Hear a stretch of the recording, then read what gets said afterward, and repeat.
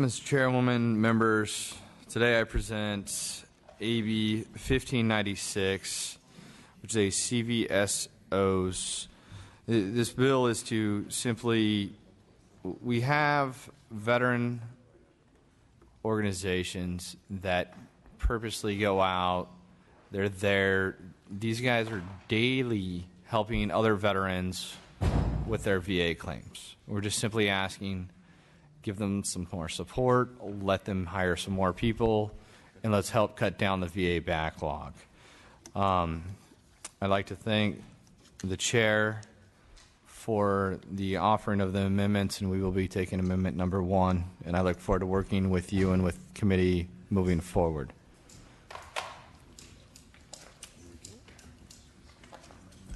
With me today in support, Madam Chairman, members, Pete Conity, representing the 5 sponsors of the bill and the other supporters of the bill. This is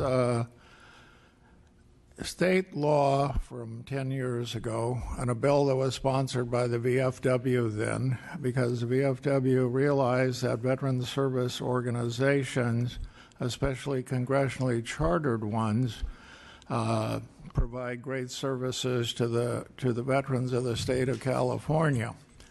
And so for 10 years, because of various conditions, they've been waiting for this bill to be introduced. And with me today is Nick Guest, who's I just found out is the national chaplain, but he's also the adjutant and quartermaster for the Department of California, VFW, and Scott McKee, who is the American Legion Veterans Service Officer for the Department of California, to testify on what they do for the state and for veterans.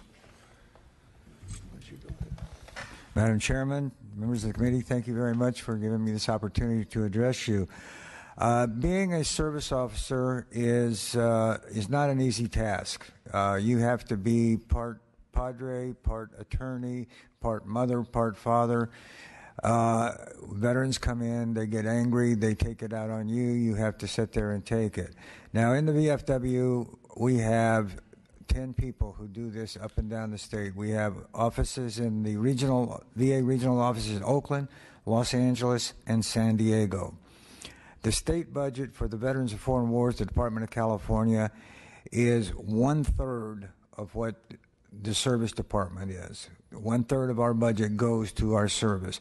By federal law, we are not allowed to charge the veterans for any of the services that we provide. And this bill would go a long way in helping us, as Mr. Mathis said, to hire more people and cut down on the backlog. And I'd like to take this opportunity to thank Mr. Mathis for bringing this bill forward. Thank you, sir. What I would like for you to consider is to look at this. Yes, we're asking for money, first of all. Yes, we are. But look at this in the same vein as we look at the CalVet Farm and Home Loan. That program has never cost the state of California any money, and this bill won't either. I put it together a little spreadsheet just for the Veterans of Foreign Wars. Since 2011, our service department has filed 23,573 claims for veterans. We have returned federal dollars to California in the amount of $471,304,097. This program, even though the Department of Veterans Affairs would oversee it, and we're asking for the $3 million, this program will not cost the state of California any money. We will bring back more than that into the economy of California. And once again, our service people are well trained. We have classes twice a year. We go to Annapolis. They're week-long training. We're in class from 8 a.m. in the morning till 4 p.m. in the evening. And then on the last day, we have a 50-question test that we take, and we must pass that test. And it's not easy. I know. I used to be a service officer, and I've taken that test myself. So it's not easy. But would ask you to take this into consideration, that this will help us bring not only benefits to our fellow veterans, but it will also help the economy in California by returning federal dollars back to the economy here in California. Thank you very much. Good late afternoon or pre-evening, as Sheldon Cooper would say. I'm Scott McKee, and I'm the Department Service Officer for the state of California for the American Legion. I'm located in the Los Angeles VA Regional Office. We have a staff of 5, including myself there. We are also co-located in Oakland. We have a staff of 5 up there and a staff of 4 in San Diego County. The needs of the veterans for the state of California are really demanding and increasing. You look at San Diego alone, I would like to put some more staff in San Diego. You have a third of the Pacific Fleet. You also have over 70,000 Marines. And because it's San Diego area, everybody wants to retire there, the great weather and all that. Our staff is limited based on our budget. We don't receive any tax dollars. It's all through the membership and the donations of our folks that really feel for veterans. We have 14 full-time staff and 9 part-time staff throughout the state. They're co-located in Palo Alto VA Medical Center, Martinez, Fresno, Long Beach, West LA, Sepulveda, La Jolla, San Diego, and Loma Linda. Our limiting factor is the budget. This money would go a long way because my dream, one of these days, and it's become the American Legion's dream, to have full-time staff inside each and every one of the VA medical centers. This would be the beginning of that kind of thing. The more and more we are out there serving our veterans, the more money comes into the state of California. It improves the lives of those veterans. I remember we had one veteran that was living underneath the 405 freeway underpass. And because we were able to get him his backlog on his claim, he went from living out there to a beautiful studio apartment, and his whole outlook changed. It's stories like that that are successful. We've had other veterans come in.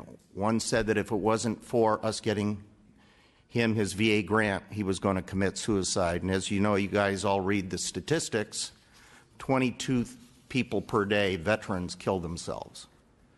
We're here to take care of it. Like my colleague Nick Guest said, we're just not service officers. We're counselors. We are friends. We're the ones that help take care of them. Our partnership with the CDVA is immense. We've got over 123 county veteran service officers. Sorry about that. Thought I had it off. But it's playing my favorite hymn, Anchors Away. We have 123 service officers, 123 county veteran service officers that are cross-accredited with the American Legion. The expanse of the state of California, we have to have those folks. They have to have us. We are VA Inspector General approved through our national organization so that we can stand before the Board of Veterans' Appeals and we can take care of these veterans. In California alone, the American Legion has brought back, in California dollars, federal dollars, back to the state of California, this is from July 1 of 15 to February 29th of 16, $81.3 million. We're projected at $97.5 million, and we have a budget of $981,427 to handle the affairs for the state of California for the American Legion. The paper that we shuffle through is just phenomenal. It's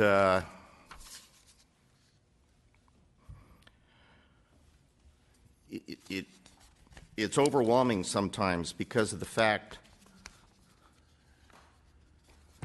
of each office. In Oakland, telephone interviews, correspondence, total claims. We bring in 41,991. We read those pieces of paper. We talk to the veterans.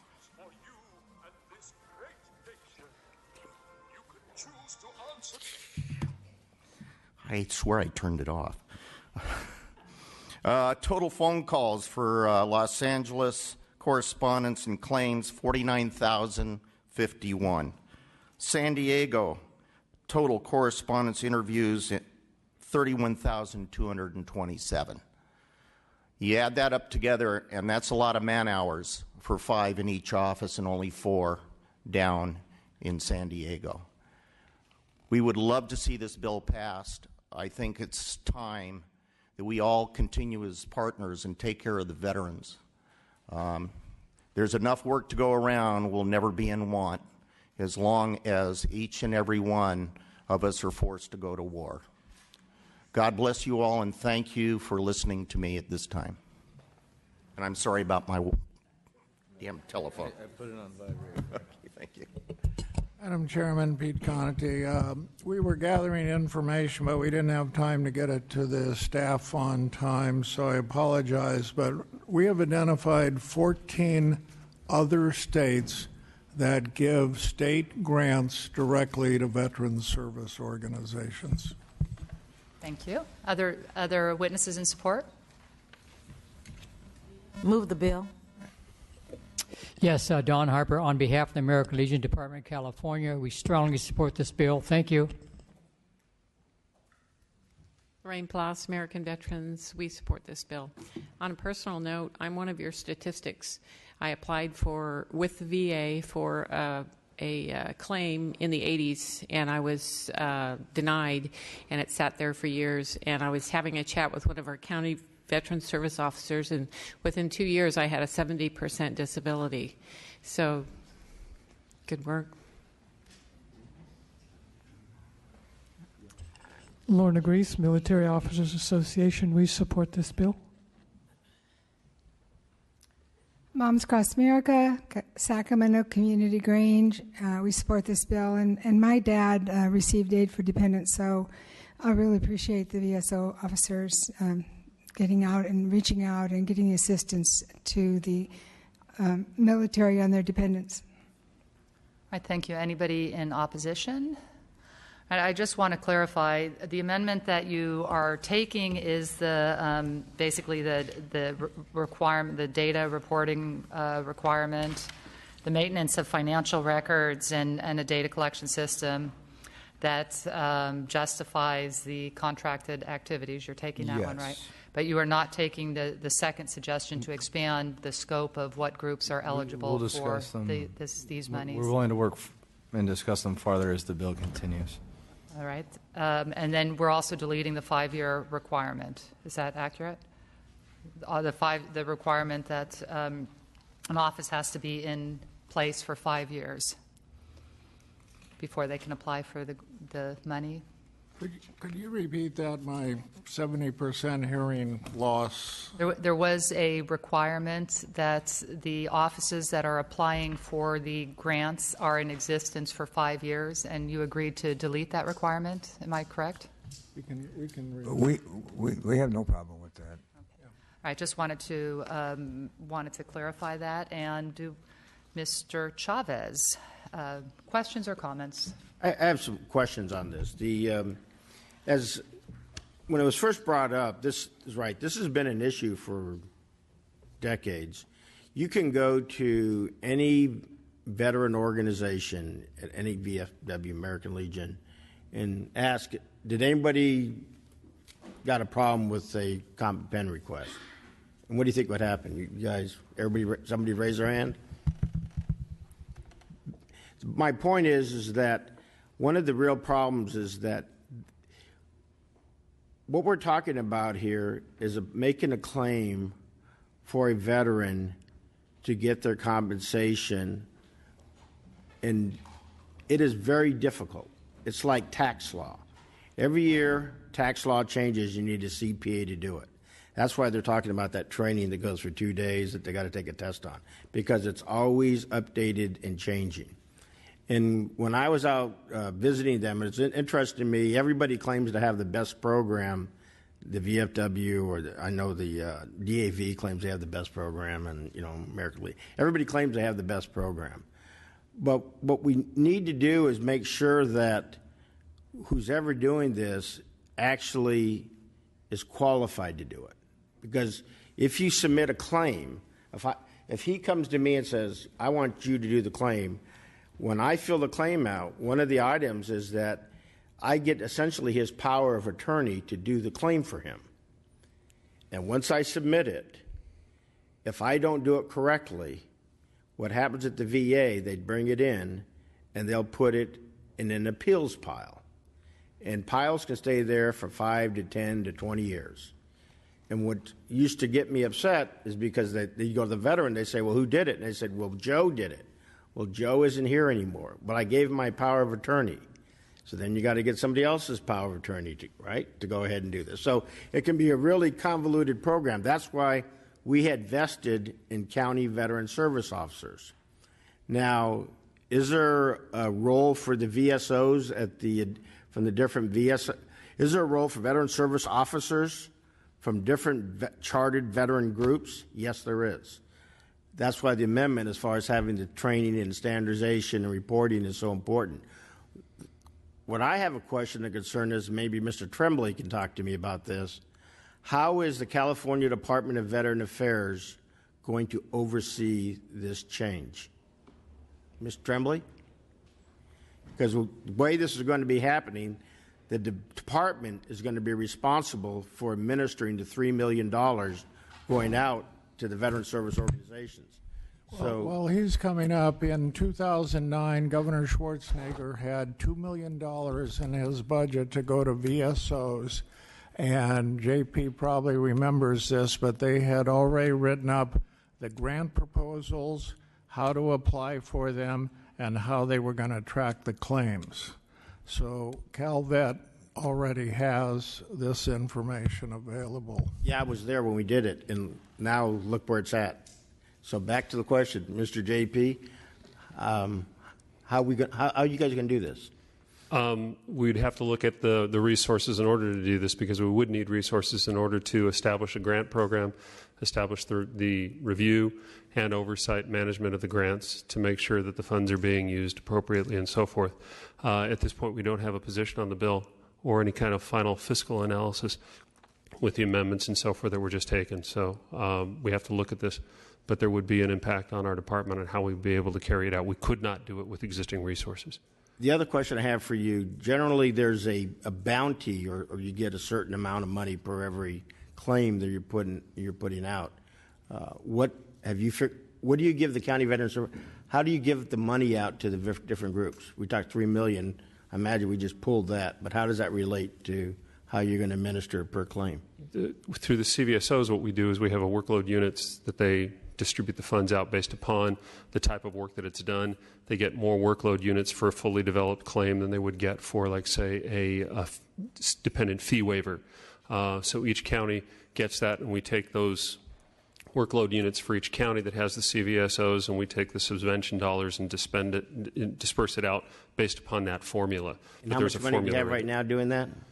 $5.6 million. $6 million. Yeah, $6 million bucks. And there was a study done back in 2009 when we did this that said the real requirement for the CVSOs to meet the need of all the veterans in the state across the county was $16 million that we were trying to get. That was I remember when Senator Correa was trying to get the $16 million to do that. We've never got up. I think the highest we ever got was $6 million.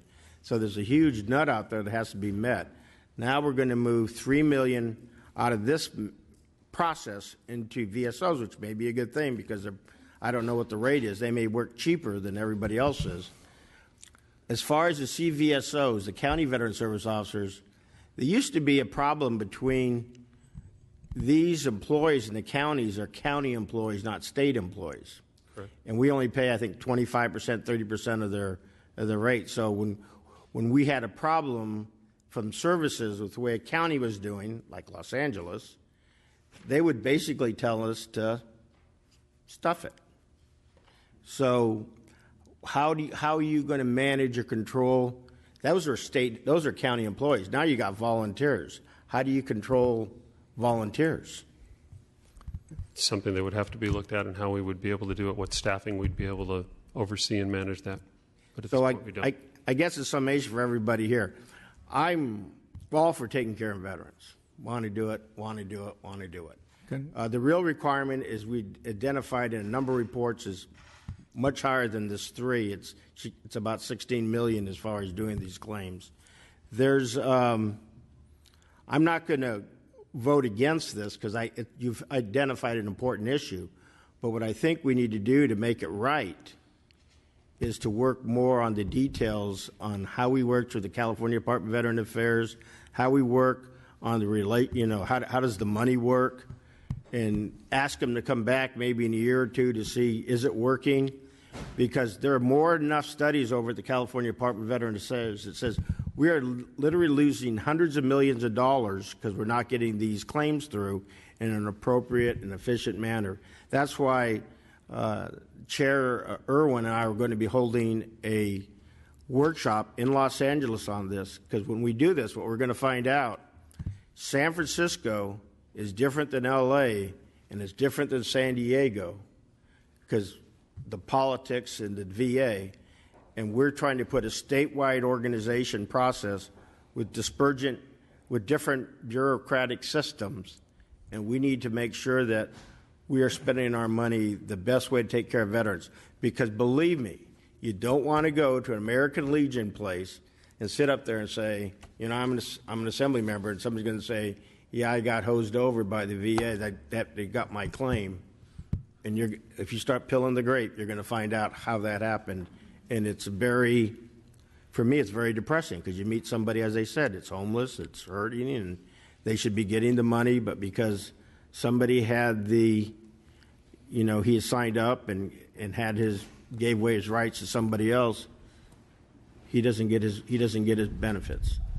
So I think we need to continue work on this in more details, but I would also ask that we do the workshop that we're talking about and make substantial changes. With us here, we could actually fix this and beat Texas, but we need to make sure we do the right process. So, Mr. Chavez, if I might, the VFW submits a report every month to our national organization. How many claims we filed, how much money we brought in, everything like that from each regional office. I can only speak for the VFW, but I can tell you right now that we would be more than glad to sit down with anybody and try to work out the details, show them the reports that we send to our national organization, and maybe be able to incorporate some of that into it and work out how the money is going to be divided up and what would be the requirements to keep getting the money. I mean, we have no problem like that. We'd be more than happy to work with Calvet on that. and I agree with you, sir. The VFW does a great job. You do have the reports. I've seen them. But what we're going to have the challenge is we have AMVETS, American Legion, everybody else in there that's doing their process. And we need to have a systemic way so we can validate this on what it's the right thing to do. We just need to make sure we do it the right way. Thank you for those comments. Before we move forward, though, we need to clear one thing up. We are not talking about volunteers filling out claims at the post level. I'd like Scott to respond to these are paid employees. And Scott, would you give us some background? Yes, these are paid employees. They are trained twice a year. On the Legion side, we are trained by National Veteran Law Special Practice. His name is Ron Abrams. He handles that. He's known throughout the veteran world. He handles training for Purple Heart. Also, I think he does AMVETS also. And he's one of the law firms that take on and handle a lot of the precedent-setting cases that have come to light. The Niemer case, the Blue Water Navy, which the veterans won that, but the VA won the appeal, and that's coming back to the forefront. We're very strict within the American Legion, and we've had to, I constantly am reminding post-service officers, they're like concierge. They are directors. They are to tell them where to go to find the help for the veteran service offices. We're VA Inspector General accredited. In order for us, just like Mr. Guest discussed, we have to take a test, and if you take a test from attorneys, you know they're quite extensive. We're trained with VA employees as well as other experts in VA law. And we're accredited. You have to be a paid employee and work 1,000 hours per year in order to qualify. We constantly remind our post-service officers, you guys are the first line of defense, and you just point to our offices and direct them to our offices, and we take care of the claims. We have staff back in Washington, D.C. that stands before the Board of Veterans Appeals. And we've been forewarned now in the fall, just like what happened with the Niemer cases with the added Agent Orange exposure. A flood tide is going to come down on all the appeals cases. There's 400,000 outstanding appeals. And this is where we are at this time. Okay, Assemblymember Salas has a question. Thank you. Now, I heard some of the concerns from the chair and vice chair, and I just want to know, as the author, Mr. Mathis, is this something you are looking at, something we can look at? You know, what I'm hearing is really maybe some of the accountability for some of the funding, and if I'm hearing you correctly, you're saying you do have some of the accreditation, and maybe that will help some of the trepidation here. So, you know, I'm prepared to support this measure with a commitment from the author that we continue to work on the accountability measures to make sure that the accreditation certification is there so that we can make sure that dollars that, if this does continue to move forward, are, you know, wisely used. And so if I could have that commitment, I would be willing to. Absolutely. We've also taken the amendments to allow the data reporting system so we're actually able to collect the data and track. I think it's very important that we remember, you know, there's talk of, okay, let's push this back another year. As we sit here talking, there's 22 veterans dying a day. A year from now, that's 8,030 veterans dead. As we could do this bill, get more people working on their claims, and start fighting against that. Now, the people that are doing this claim, they're being held to a federal standard. We're diving into federal policy when we start talking about the VA. These guys are doing things at a federal level that are being ensured that they're there, that they're meeting the standards, that these powers of attorney are up to par, and all of this. If Assemblymember Chavez would like to work on an AJR addressing the federal issue, I'd love to work on that with him. Yeah, this is something we need to work on moving forward. You definitely have my full commitment to ensure that every measure possible to ensure that the right thing is happening is happening. Thank you. No, I appreciate that. I appreciate that commitment to continue to work on this. I think, you know, we hear bills in this committee all the time, and we understand the need. Just like when we funded the CVSOs and the strike teams, you know, I see this as another avenue to help those that need the assistance get the assistance. And I thank you for working with me on those measures last year. Absolutely. Thank you. Anybody else have? Okay, so we have a second. I just have a couple of. Oh, I'm sorry, Mr. Frazier. I kind of want to just go ahead. As Mr. Salas has mentioned, my concern is the unwillingness to take that amendment, but willing to work through it. I'd like to know why, at this point in time, you have angst with that amendment. And I'm sorry. Which one was that one, sir? Which second amendment, one that was sir? mentioned. Which amendment? Number 2. The one that The whole entire amendment would gut the rationale for applying for these claims. This was put into law in 2005. This is a sponsored bill. There are 5 sponsors. They were asked if they wanted to take that amendment. No, because that would be like the CVSOs, who I represent, saying, we will take the $16 million goal from the state out of state law, which somebody proposed last year. Oh, it's just the goal. We don't need to have it in state law. For 10 years, VSOs have been waiting for, they had a authorization, but they didn't have an appropriation. This bill was carefully drafted to apply to the mainline chartered, congressionally chartered veteran service organizations who have a history going back to VFW and American Legion, almost 100 years of helping veterans, AMVETS 60, 70 years, VVA since they got their congressional charter. And by the way, it isn't easy to get a congressional charter, and that's a good thing because you got to prove that you're helping veterans. It took the VVA 5 years to get their congressional charter after they decided to apply for it.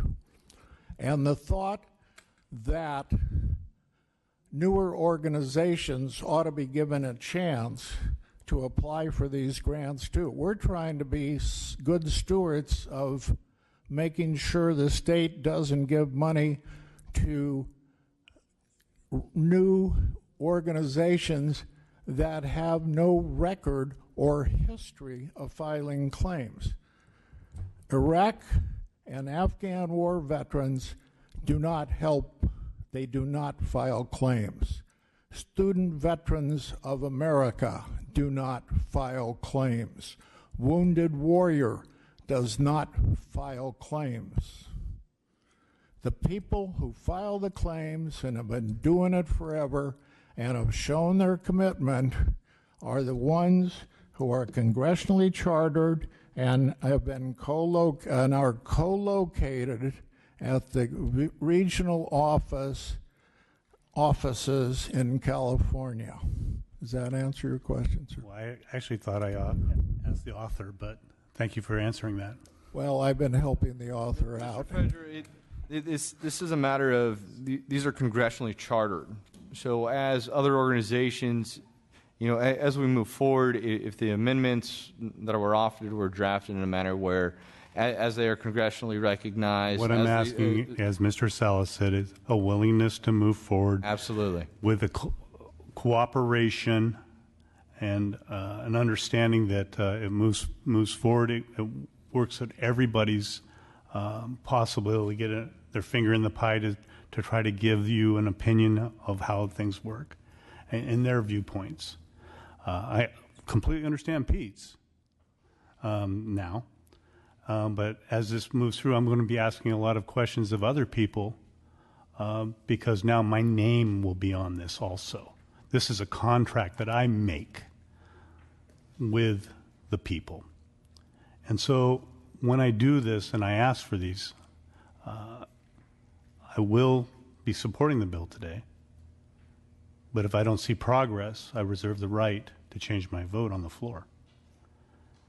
And when my consultants in my committee are asking for amendments, I have to delve into their expertise and ask why amendments weren't taken in a public forum.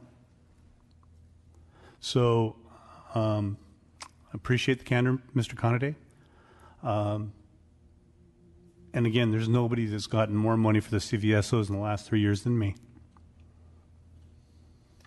So I'm looking forward to watching the progress of this and making sure that we can go forward with this vote, but with your commitment that you are going to work it and you're going to work it hard. Thank you. You're welcome. I appreciate all the committee comments and concerns, and I would like to make my comments kind of along the same lines. I really appreciate you taking the amendment for the accountability. We put a lot of accountability in place for the CVSOs to make sure that our taxpayer dollars are being used in the most effective way, so I appreciate that. Again, the concern is with the definition of VSO in this bill and an existing code. This narrows down the number of people that are eligible or the number of organizations that are eligible to receive this $3 million. There's only 42 congressionally chartered VSOs. And then with the eligibility requirements in the code in this bill, that a chartered VSO must have an office in a VA regional office for the past 5 years. It whittles it down, those 42 down to 9, and we don't know how many of them have actually been in the office for 5 years. So that's a very small group, and I understand all the good work that you have done, but there could be other groups that have additional outreach that might be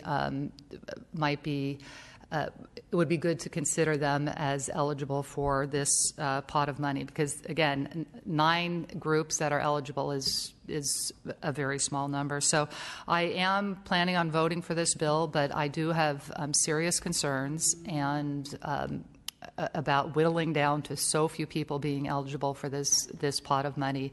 Again, not saying anything about the good work that you've done, the good work that the CVSOs are doing, and the amount of work that still needs to be done, because our returning veterans need to be connected to the services that they have earned. We all are in complete agreement with that. We just need to make sure that this money is spent as efficiently as possible, in a transparent way and in an effective way, and that we are accountable to the taxpayers for the way it's being spent. So again, I am voting on the bill and hope we can continue to work with the author. Thank you. All right. So we have a motion, Assemblymember Brown, and a second by Assemblymember Asajian. Can we do roll call, please? The motion is do pass as amended and refer to appropriations. Irwin? Aye. Irwin, aye. Chavez? Chavez not voting. Asajian? Asajian, aye. Alejo?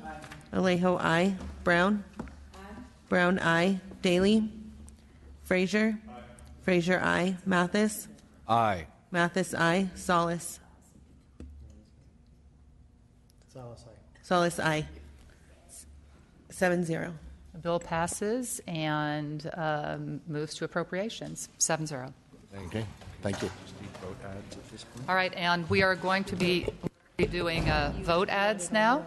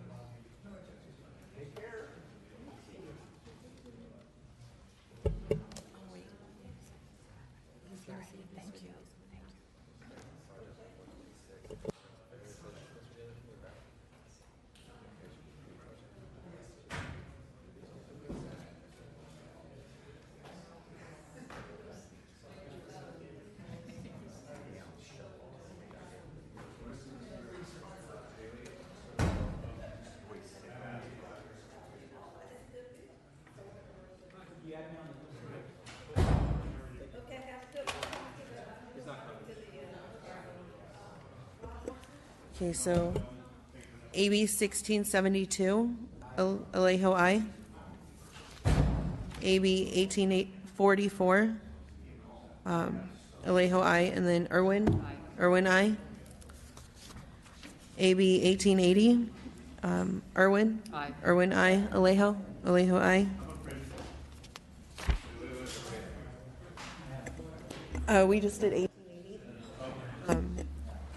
So far, you're good.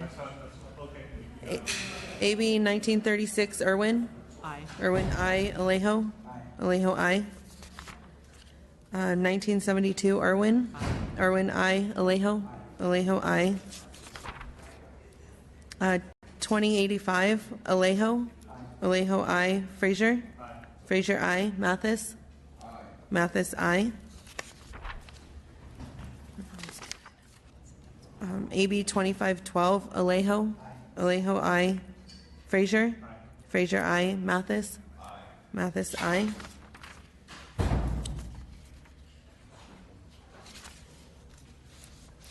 Mr. Mathis, you're good to go. I still have one more for you. AB 2562, Irwin? Aye. Irwin, aye. Alejo? Alejo, aye. AB 2574, Alejo? Alejo, aye. Frazier? Aye. Then we're all good. We're adjourning.